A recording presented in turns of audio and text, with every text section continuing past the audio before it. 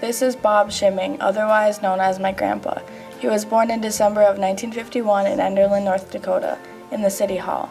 He lived in Enderlin for 17 years with his mom, dad, and 2 sisters. Him and his best friend enrolled in the U.S. Navy in July of 1970. He was a flagman during the Vietnam War. He got out in May of 1971. Him and his family had moved to Valley City, North Dakota in 1971.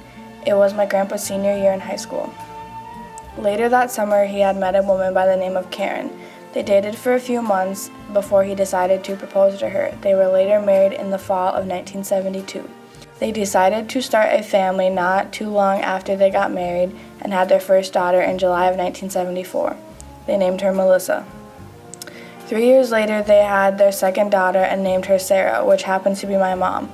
They lived in Valley City until August of 1989, then moved to Fergus Falls because my grandpa had gotten a job at Orwell Dam. When they first got to Fergus, they lived at the Holiday Inn, which is now the Best Western. My grandpa worked at Orwell Dam for 25 years. He loved it there. He was also the biggest Vikings fan I've ever met. He bled purple and yellow. He watched every game he could when he wasn't actually at the game.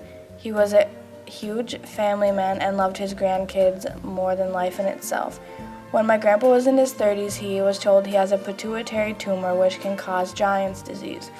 It's a disease where your internal organs, hands, feet, facial features are all twice the normal size they should be, which makes you age 10 years faster than usual. The disease is pretty rare. In December of 2015, he had a stroke, or what we thought to be a stroke at the time.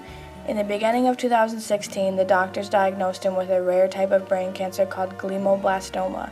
He had gotten a craniotomy done at the Mayo Clinic in February, and the doctors were sure they could get 90% of it without hurting him. His health declined slowly at first, then all at once. Spending those last few months with him was very hard.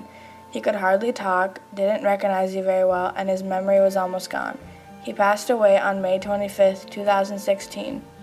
He influenced so many people in his life, and I was definitely one of them.